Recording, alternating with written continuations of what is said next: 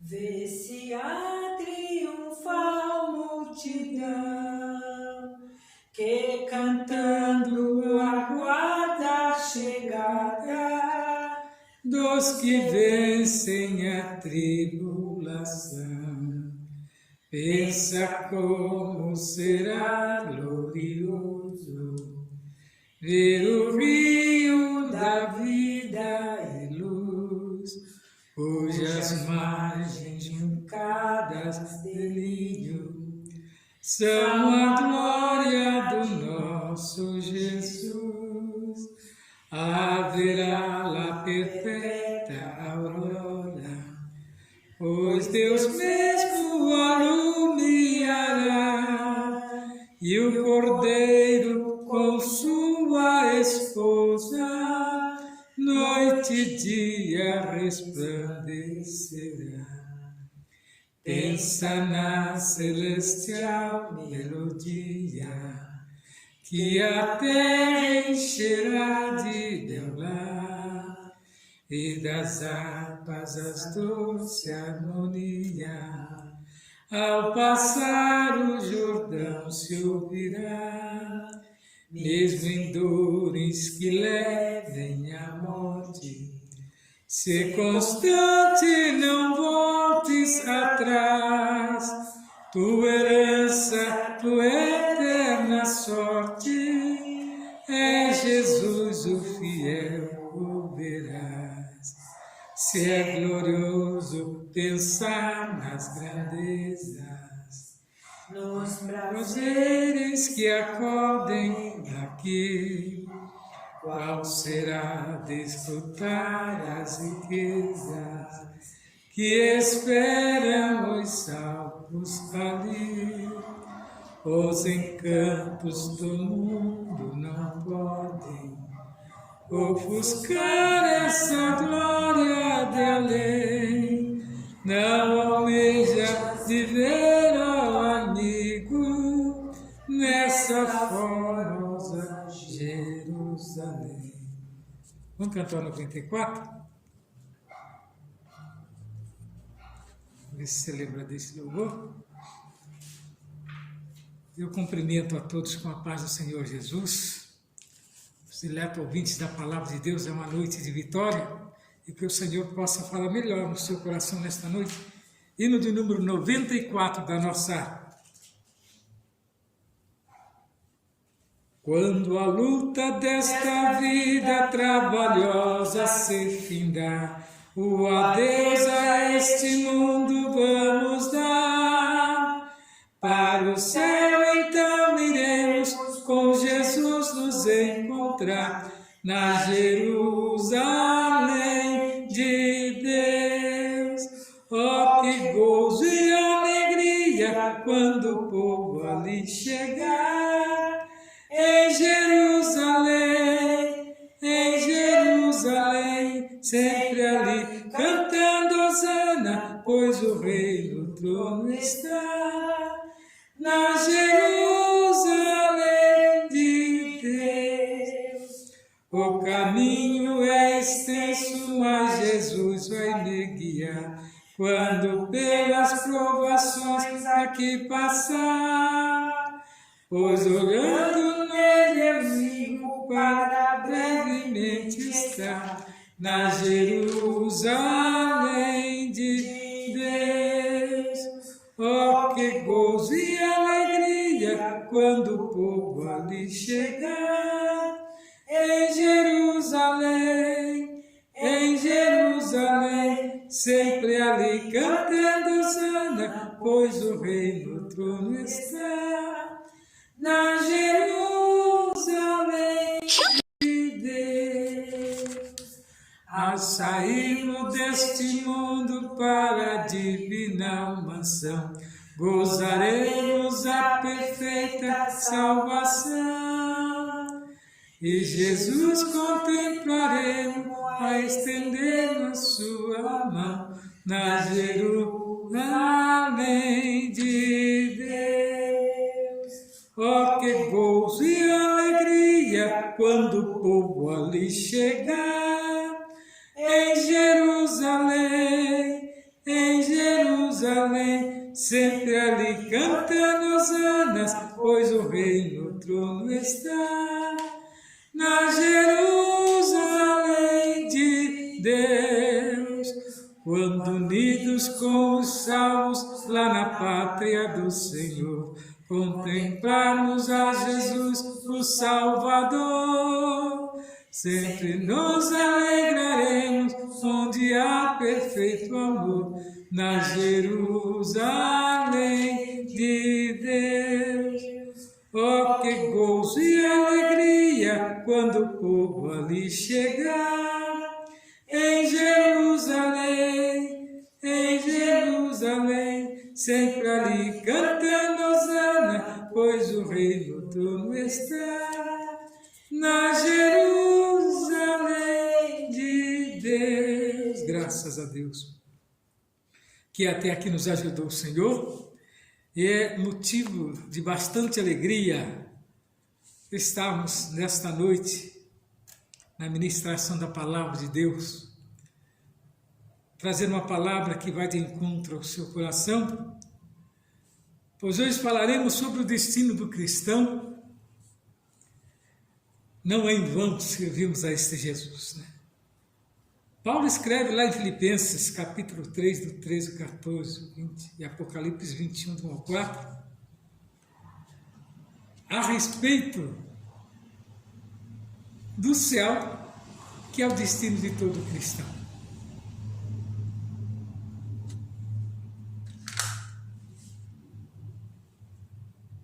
Paulo começa falando assim a respeito de quando a ele, né, não, que não julga quem haja alcançado, mas uma coisa eu faço, e o que esquecendo-me das coisas que atrás fico e avançando para os que estão diante de mim. Paulo escreve lá em Filipenses 3, do 13 ao 14, do 20 até o 21. E ele diz: prossigo para o alvo pelo prêmio da soberana vocação de Deus em Cristo Jesus. Mas a nossa cidade está nos céus, donde também esperamos o Salvador, o Senhor Jesus Cristo, que transformará este nosso corpo, né, abatido, para ser conforme o seu corpo glorioso, segundo o seu eficaz poder, de sujeitar também a si e todas as coisas. Lá no livro de Apocalipse 21, nós vemos João falando, né, a respeito dos céus. E ele começa dizendo assim: e vi um novo céu, uma nova terra, porque já o primeiro céu e a primeira terra passaram, e o mar já não existe mais. E eu, João, vi a santa cidade nova, Jerusalém, que de Deus descia dos céus, adereçada como uma esposa ataviada para o seu marido. E ouvi uma grande voz do céu que dizia: eis aqui o tabernáculo de Deus com os homens, pois com eles habitará, e eles serão o seu servo, e o mesmo Deus estará com eles e será o seu Deus. E Deus limpará dos olhos toda lágrima, e não haverá mais morte, nem pranto, nem clamor, nem dor, porque já as primeiras coisas são passadas. Quando João está falando a respeito disso aqui, que ele fala aqui, o mar já não existe mais, ele está falando das pessoas. O mar aqui simboliza pessoas. Praticamente não existe mais, porque a terra está sendo simplesmente reformada para receber o povo de Deus. Então nós vemos que há, né, um algo extraordinário por detrás da igreja do Senhor Jesus. Então nós vamos estudar nessa lição, hoje, trazendo os escritos para os irmãos, falar sobre o céu na perspectiva bíblica como morada eterna reservada para os cristãos, nós veremos a descrição do céu segundo o livro de Apocalipse, né? Bem como o fim da carreira cristã, após uma vida de perseverança na fé, renúncia aos prazeres deste mundo, o bom ânimo diante da tribulação, os cristãos desfrutarão do repouso eterno ao lado de Deus.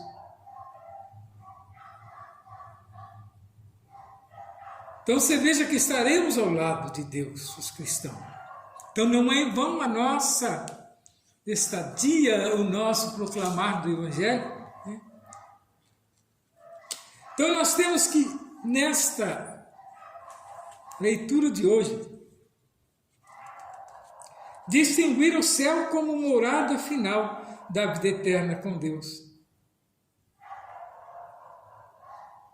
Apresentar o conceito de céu conforme, né, Apocalipse nos fala. Então, prezados irmãos, o céu é o destino do cristão, mas ninguém chega lá sem passar pelo processo. É igual quando nós preparamos para uma grande viagem. Para nos sentirmos o prazer da viagem, nós teremos que estar simplesmente imbuído naquele propósito, nos preparar, né?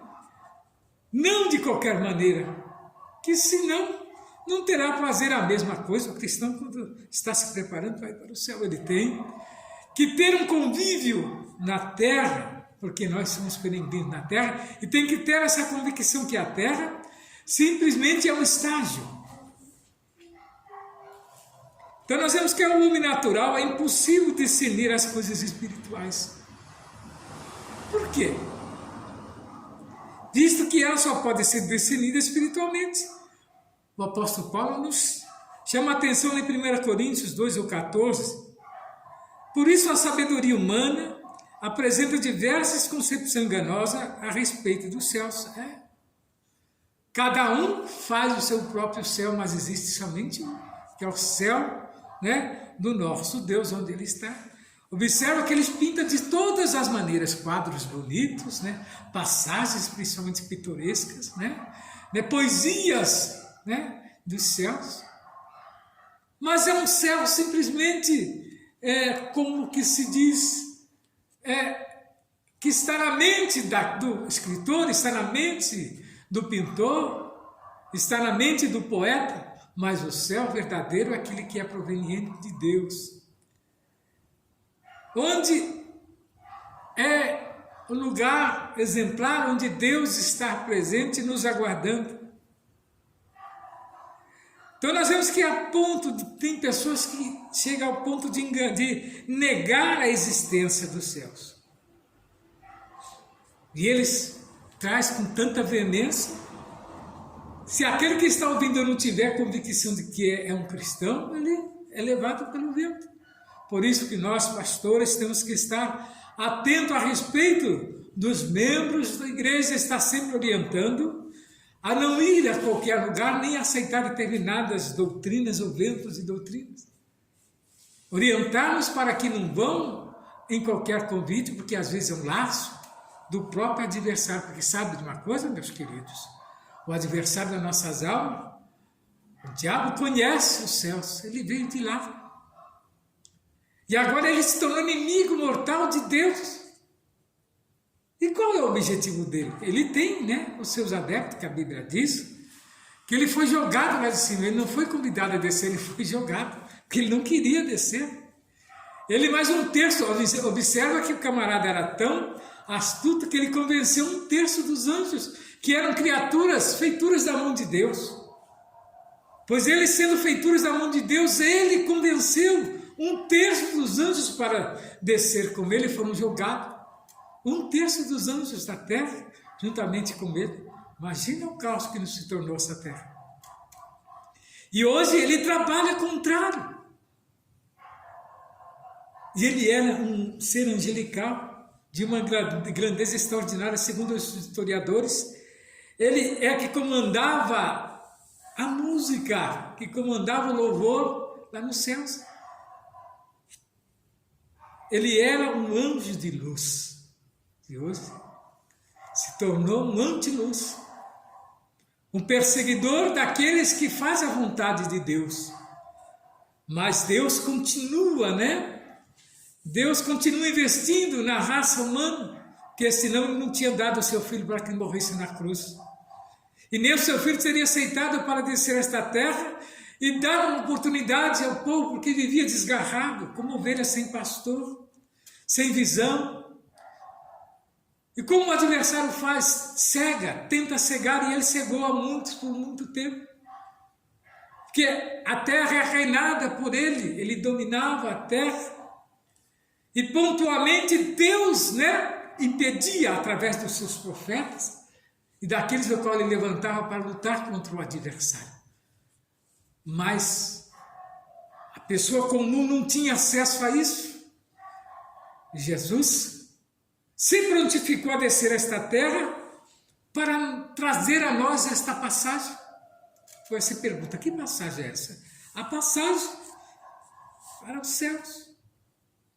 A passagem para o cristão retomar novamente o direito de filho que tinha perdido. Contudo, ao cristão é garantida a gloriosa promessa de desfrutar do céu como uma morada na vida eterna com Deus. O apóstolo João nos fala lá em João 11, do 25 ao 26, e ainda 14, do 2 ao 13, e Atos 1 e 11. Em vista disso, o nosso propósito é o de mostrar os céus como um destino glorioso de todo cristão peregrino. Então, quando a gente vê um crente querendo ficar na terra, precisa se converter de novo.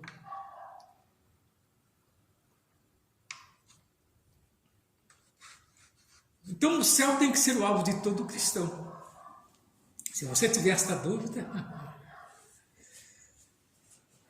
olha, precisa se converter.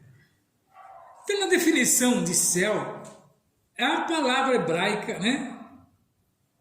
Que é chamada Shamayim, que significa céus dos céus. Então você veja que o céu é uma realidade que ele aparece na Bíblia 419 vezes, só no Antigo Testamento, o termo grego, né? Ouranos é céus, está em Mateus 3:2 e Apocalipse 21:10. E aparece 280 vezes no Novo Testamento com dois sentidos. Ele aparece como firmamento, que é esse que nós vimos, né?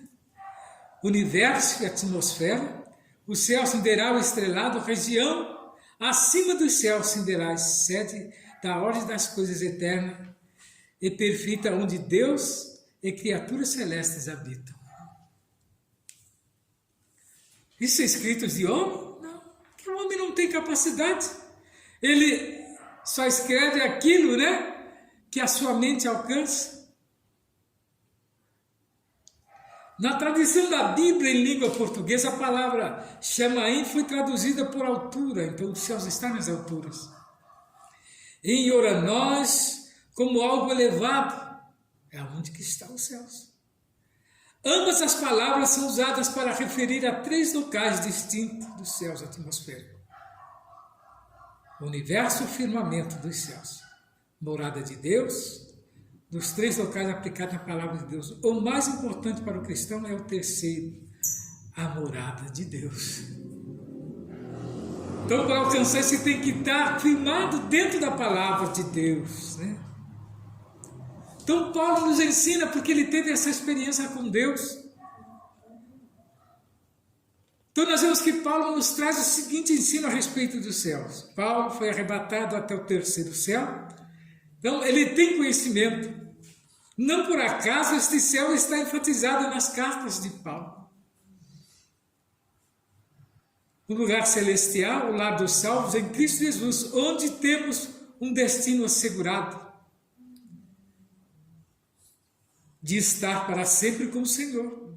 Por isso, vivendo em Cristo, o crente desenvolve, né, um relacionamento na esfera do reino do mundo, que ainda não tem ido para os céus. Toda a sua vocação celestial, no presente momento da sua vida, dessa forma, o poder que está em sua vida vem dos céus e o habilita a vencer cada dia. Essa é a nossa esperança. Muitos perguntam, nossa, mas como que aquele crente, num calor como esse na beira da praia, às vezes, você vê lá um cristão, você conhece. De longe você vê o cristão vestido, né? Com as vestimentas de um cristão. Enquanto aqueles estão lá na praia, naquele salão quente 40 graus, às vezes o cristão está, né? Com a indumentária de um verdadeiro cristão vestido, terno, gravata, né? E não se importando com a caloria. O que muitos não entendem é isso, que estamos preparando para um dia, né? E morar no céu. Por isso que às vezes nos chamamos, né? Como se nós não fôssemos desse mundo e não somos mesmo. Estamos aqui para fazer a diferença. Inventaram agora um modo de chamar os cristãos de ETs, que ETs diz eles que são seres das alturas, seres, né, de outros planetas, somos mesmo. Nós somos dos céus na terra. O alvo do cristão, depois de salvo, não pertence mais a este mundo. Por isso, Paulo ensina que prossegue para o alvo, isto é, a linha de chegada, que o atleta alcança o prêmio. Em 1 Timóteo, 2 Timóteo 4 e 8, ele diz que assim os apóstolos perseguem o prêmio, com determinação, liberdade e empenho, com os olhos fixos no autor da salvação, que fala em Hebreus 12:12. Igual o cristão passa a ter o céu como alvo, por causa da soberania e vocação que vem de cima. Isto é de Deus por meio de Jesus Cristo. Então o cristão passa a ter o céu como alvo por causa da soberana vocação que vem de cima. Então o significado da Jerusalém, a igreja cristã, para a igreja cristã.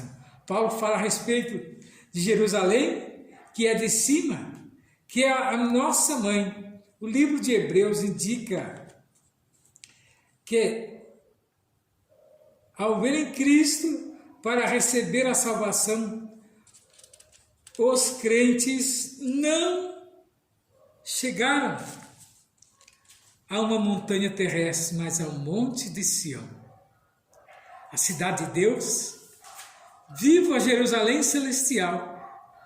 E ao invés de preparar uma cidade na terra para os crentes, Deus está preparando a nova Jerusalém, que um dia descerá dos céus, endereçada como a esposa ataviada para o seu marido. Então observe que a Jerusalém celestial descerá dos céus. Então são materiais que não é desta terra, pois a terra não é digna de construir a Jerusalém celestial, mas ela descerá do céu ataviada pela esposa, né?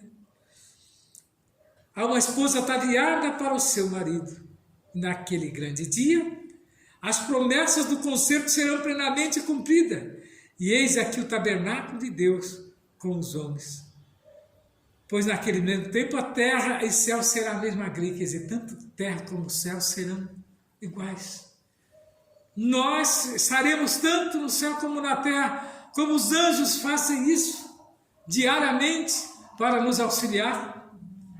Assim seremos nós com o corpo glorioso. O que nos não entende é isso.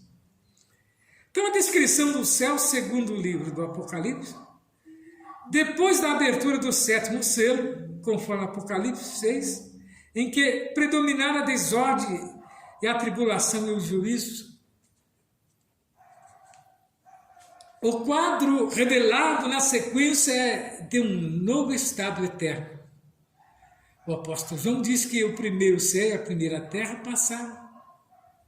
O mar não existe mais, este céu também é o espaço astronômico, não se trata de habitação eterna de Deus. Então o apóstolo contempla um novo céu e uma nova terra. O adjetivo grego kainos significa novo, que aparece no texto e traz a ideia de como e com respeito à forma, né? Fresco, recente, não usado nesse sentido. O novo céu é um lugar sem precedente em comum. Ele é desconhecido, né? Isaías profetizou a criação do novo céu e da nova terra, está em Isaías 65:17. E o apóstolo Pedro confirmou esta esperança, está em 2 Pedro 3:13, que ele disse: este lugar é o destino do cristão, um novo lar, completamente redimido, sem qualquer semelhança com o mundo antigo, pois eis que faço nova todas as coisas. Essa é a esperança do cristão, de morar neste lugar. Então muitos ainda querem, será que lá eu vou conhecer, eu vou ter lembrança de quando eu estava na terra? De que vai adiantar então um corpo, né? Glorioso, se você vai ter os pensamentos terrenos, o sofrimento, as dores que passou aqui. Não tem nada valeria. Será tudo novo. Tudo novo. E só alegria e louvor, né? A linda cidade como nossa nova casa. No versículo 21, o apóstolo João fez a menção da descida da cidade santa, somente a partir do versículo 9, é que ela começa, né, a descrever a beleza desta cidade por meio da passagem do Novo Testamento. Então, essa é a esperança. Nós citamos aquilo que nós lemos e cremos e aquilo que Deus quer nos revelar. Esse é o sentido da Nova Jerusalém, e ela pode ser descrita como a morada de Deus e pátria dos santos, o lugar em que os santos habitarão. Então vale a pena, né, passar por esse processo. Então o novo céu e a nova terra é o destino final dos salvos. E João diz aqui, e viu um novo céu e uma nova terra, porque já o primeiro céu e a primeira terra passaram, e o mar já não existe mais. O céu e a terra que conhecemos desaparecerão, para dar lugar a uma nova criação. Isto é anunciado desde o Antigo Testamento. E é ratificado no Novo. O próprio Senhor Jesus Cristo confirmou esta palavra profética. O céu e a terra passarão, mas as minhas palavras não vão te passar. Meu prezado irmão em Cristo, ouvinte da palavra de Deus, vale a pena passarmos por esse processo. Porque nós cremos que o céu é o fim desta jornada cristã. Então nós não somos prisioneiros de Deus. Nós temos uma recompensa. Então nós estaremos onde Deus está. Lemos lá em Apocalipse 21 que há uma concretização da jornada cristã, em que o crente estará onde Deus habita, conforme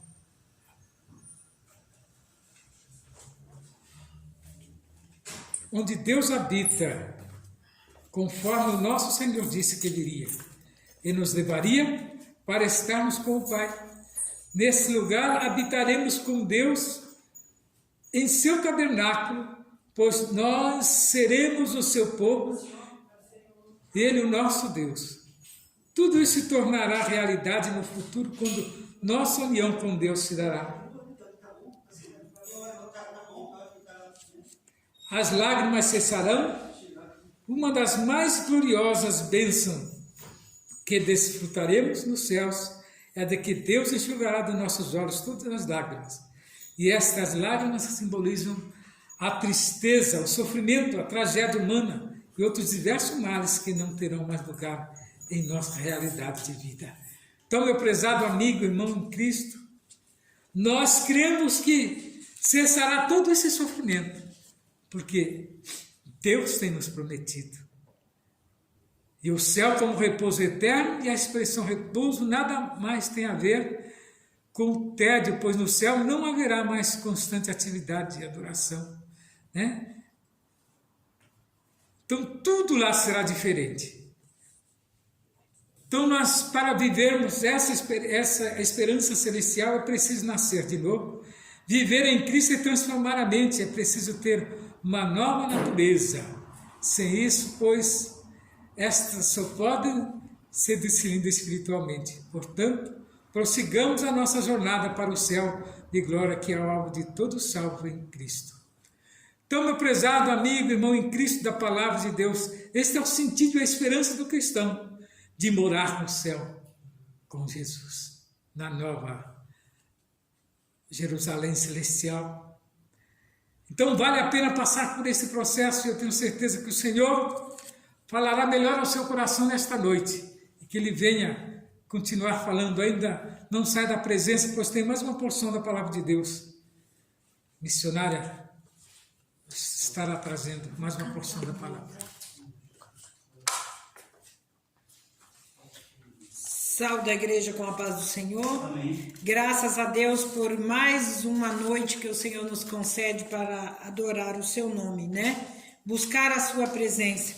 O pastor falou aqui do céu e é tão gostoso falar do céu, né? Quando a gente começa a falar do céu, a gente não quer falar de outra coisa. E eu nem vou falar mais nada, só quero louvar ao Senhor com um louvor que descreve o céu, né? É glorioso quando a gente para meditar. Eu fico assim tão indiferente quando eu vejo as pessoas escolherem hinos da harpa, né? E as pessoas costumam dizer assim: esse hino aí é de fúnebre. Esse hino aí não existe. Os hinos da harpa falam do céu, fala da glória, fala do distanciamento nosso aqui da terra. E eu fico pensando, tem crente que sente tristeza. Eu vou sentir tristeza de sair da terra? Viver essa terra a qual eu sou forasteira, não faço parte dela, mas o meu alvo é Canaã celestial. Quantas pessoas apegadas no que tem aqui nessa terra. Nossa, isso não chega nem um pouquinho do que é a glória eterna. Eu tinha uma companheira aqui que ela só cantava esses hinos. E esse hino eu aprendi com ela. E ela cantava e ela dizia para mim assim: ó, minha amada irmã, quando eu passar por aquelas portas, vai ser tudo de glorioso, de maravilhoso. E eu disse, verdadeiramente, temos que viver assim. E quando aquela irmã partiu, ela sabia que ia partir. Ela se despediu de mim e ela disse: olha, se na próxima vigília eu não estiver com você aqui, é porque estarei passando pelas portas celestiais. Eu disse amém. E quando chegou o dia da vigília, realmente ela não estava aqui conosco, mas ela estava com o Senhor, contemplando a face do Senhor. E tem relato de várias irmãs a qual eu visitei enferma e o desejo daquelas irmãs era ver o rosto de Cristo. Não tem coisa mais gloriosa. E as pessoas tão apegadas com essa carne, né? Tão apegadas com as coisas do mundo. E eu fico também perplexa quando eu vejo as pessoas pregar um céu tão diferente do que a Bíblia indica. Pregar um céu tão largo, com a porta larga que entra tudo. Tá tudo errado. A palavra do Senhor diz que a porta é estreita, o caminho é estreito, a porta larga conduz à perdição. E quantas pessoas só enlarguecendo as portas do céu.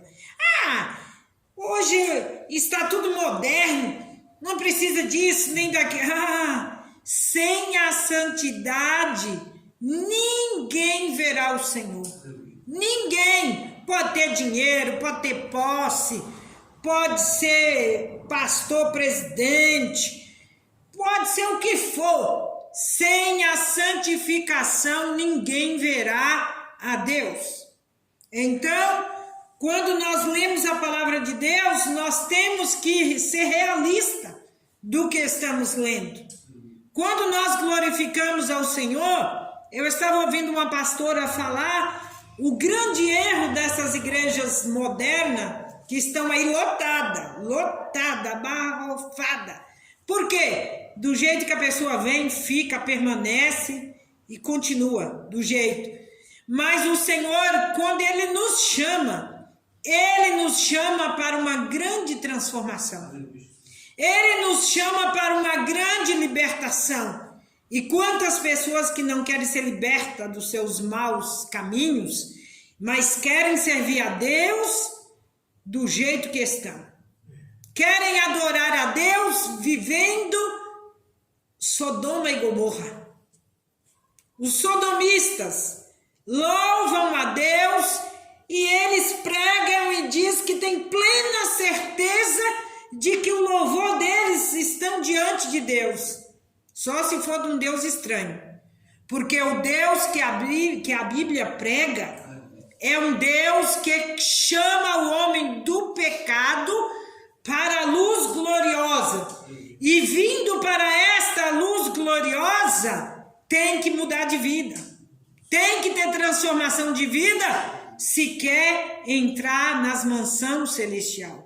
O pastor aqui descreveu a glória do céu. Ou será que você pensa que o céu é diferente do que João Batista viu lá na ilha de Patmos? Houve uma mudança no céu? Houve uma transformação? Não, ele viu lá na ilha de Patmos aquele céu e será o mesmo. Não mudou. A palavra de Deus não muda, o homem muda, mas a palavra de Deus não. E quantas pessoas enlarguecendo o caminho do céu, né? A Bíblia diz que nos finais dos tempos, as pedras iriam clamar. E hoje eu tenho visto muitos vídeos das pedras clamando, das pedras ensinando qual é o caminho do céu. Quantas pessoas achando que o céu é comprado com indulgência? Você está errado. O céu foi comprado com preço de sangue de Jesus Cristo, que verteu lá na cruz do Calvário para perdoar os meus pecados e os seus. Não tem outro caminho para você entrar no céu se não for através de Jesus Cristo. E quantas pessoas desviando este caminho para tantas outras diretrizes, se a Bíblia diz que Ele é o caminho, a verdade e a vida. Ninguém vai ao Pai a não ser por Ele. Ele é a ponte que nos leva até a Deus. E quantas pessoas que não querem acreditar nisso? Quantas pessoas que continuam com as suas heresias, continuam com o seu pecado, vivendo uma vida de pecado.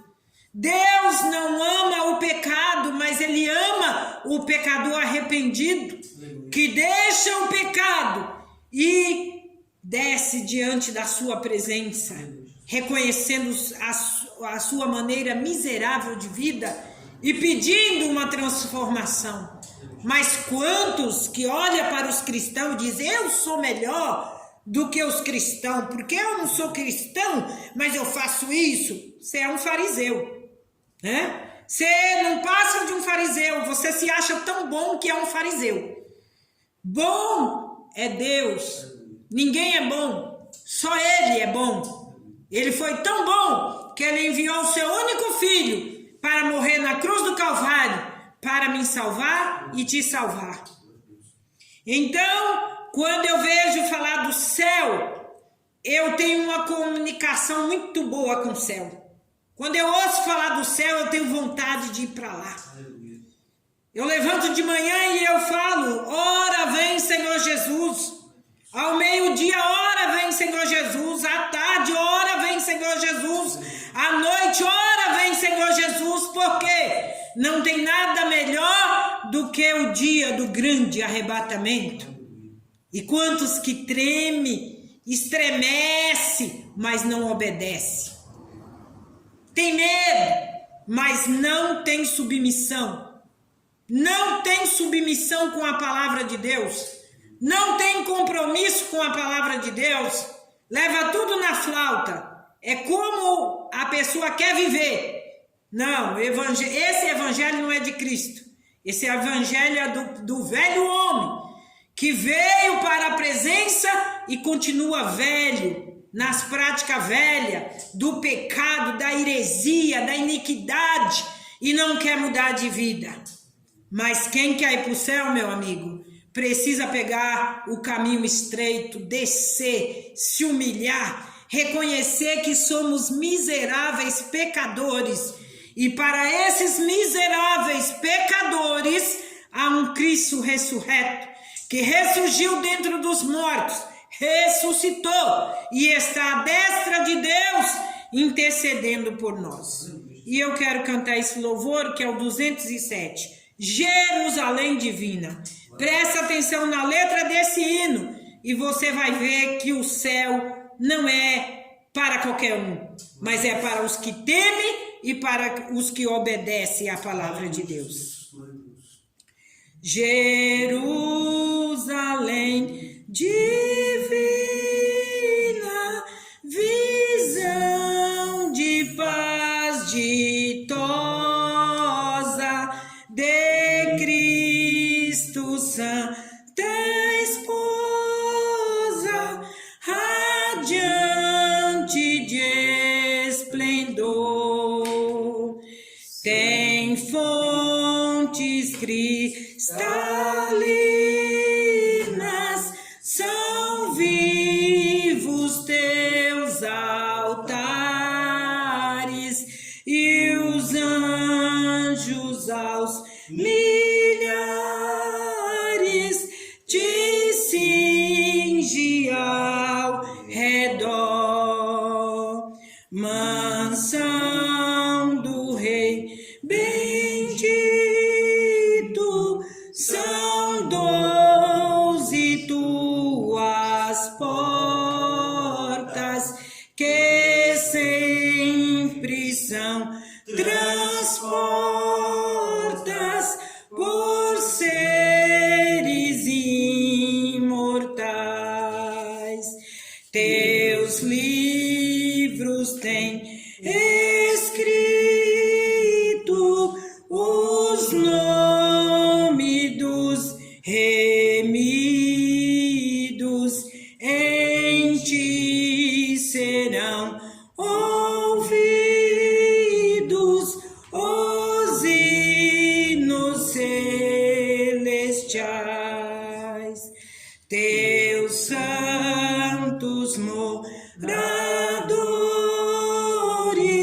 um glorioso canto profere ao Deus Santo, que já lhes perdoou. Entoa 1000 louvores a Cristo, qual Cordeiro, que manso num madeiro por ele se imolou. Ao mesmo Cristo amemos, ao mesmo Deus temamos, nós que por fé andamos, levando a sua cruz, e prontos fruiremos aos teus umbrais passados, 1000 gozo preparado na glória com Jesus. Isso é céu. Isto é atmosfera de céu. É lugar para santo. É lugar para quem renuncia ao mundo de pecado e vive para o mundo celestial. E você precisa adquirir essa atmosfera aqui na terra, para que você tenha sintonia com o céu. Que você saiba o que o Espírito Santo te diz, o que o Espírito Santo te inspira, o que o Espírito Santo te concede, para que você viva sobre esta terra com comunhão perfeita com este Deus. Porque quantos que vão dizer que no nome de Jesus curou? Quantos que vão dizer que no nome de Jesus expulsou demônios? Quantos que irão dizer que eram verdadeiros pregadores do evangelho aqui na terra, e Jesus vai dizer: não vos conheço. né? Isso é bíblico também. A Bíblia afirma isso. O que adianta você ganhar o mundo inteiro e perder sua alma? Tem pessoas que estão aí ganhando alma, mas não estão cuidando da sua própria alma. E Deus requer que cuidamos da nossa própria vida espiritual para depois nós poder dar testemunho da sua palavra. Mas quantos que estão nas práticas errôneas e têm pregado, e os que creem e aceitaram vão ser salvos. Mas essas tais pessoas que não obedecem vai ser condenada. Porque pior é para aquele que conhece e não obedece do que aquele que nunca conheceu. Erra porque nunca conheceu. E temos muitos assim, que não se dobra, que não desce, né? Mas a palavra de Deus diz que as nações diante dele é como gota d'água num balde. As nações. Agora imagina um ser humano só. O que é, né? Então todo joelho se dobrará. Quantas pessoas que se diz muita coisa, que se diz tão importante, e naquele dia vai ter que se dobrar. Porque diante desse tem que se dobrar, né? E é por isso que nós cantamos com alegria, louvamos o nome do Senhor com alegria, não importa a quantidade, o Senhor está preocupado com qualidade, né? Tem pessoas que acham que para adorar tem que ter aquela voz de ópera. Não, o adorador, ele adora, não tem hora dele adorar, a qualquer momento é hora dele adorar, dele bem dizer: não estou aqui para me apresentar, mas estou aqui para apresentar Jesus Cristo. Estou aqui para te levar ao caminho que leva a Deus, que é Jesus. Não estamos aqui para mostrar sabedoria, né? Tem pessoas que gastam vocabulário, achando que é o vocabulário que vai resolver. Não! Jesus falava com aqueles sábios, usando as frases mais simples, né? Com sabedoria, para assim adentrar aos corações daqueles homens letrados, daqueles homens indotos da palavra, né? Mas o Senhor, Ele é poderoso. É muito bom quando a gente estuda, não desfaça do conhecimento.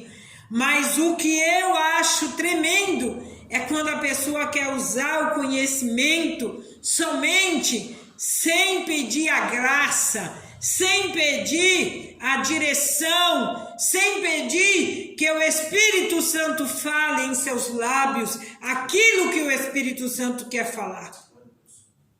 Às vezes é muito fácil, mas a gente está massageando o ego das pessoas. Isso não adianta. Só vai deixar a pessoa mais arrogante. Mas coisa boa é descer na olaria de Deus e aprender que Ele é dono do barro e é Ele que faz o vaso. E na olaria de Deus, realmente o ser humano aprende. Aprende porque Ele ensina, porque Ele tem autoridade sobre as nossas vidas e poder de transformar os nossos corações. E é por isso que eu louvo a esse Deus. Não sou cantora, mas gosto de adorar. Gosto de louvar o nome do Senhor, porque quando a gente louva, as cordas se quebram, os ferrolhos se desfazem e a vitória chega na nossa vida.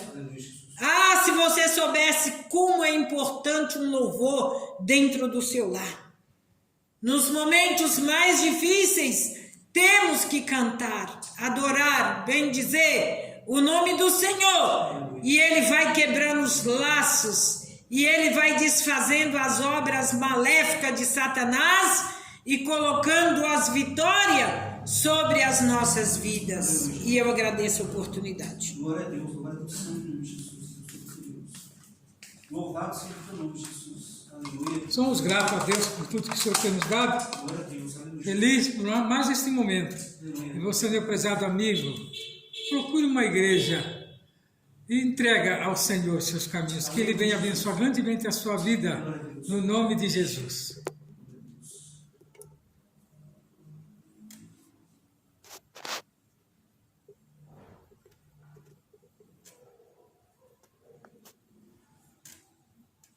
Irmão Marcos, vem fazer oração. Eu vou pedir para os irmãos também orar por mim nessa oração.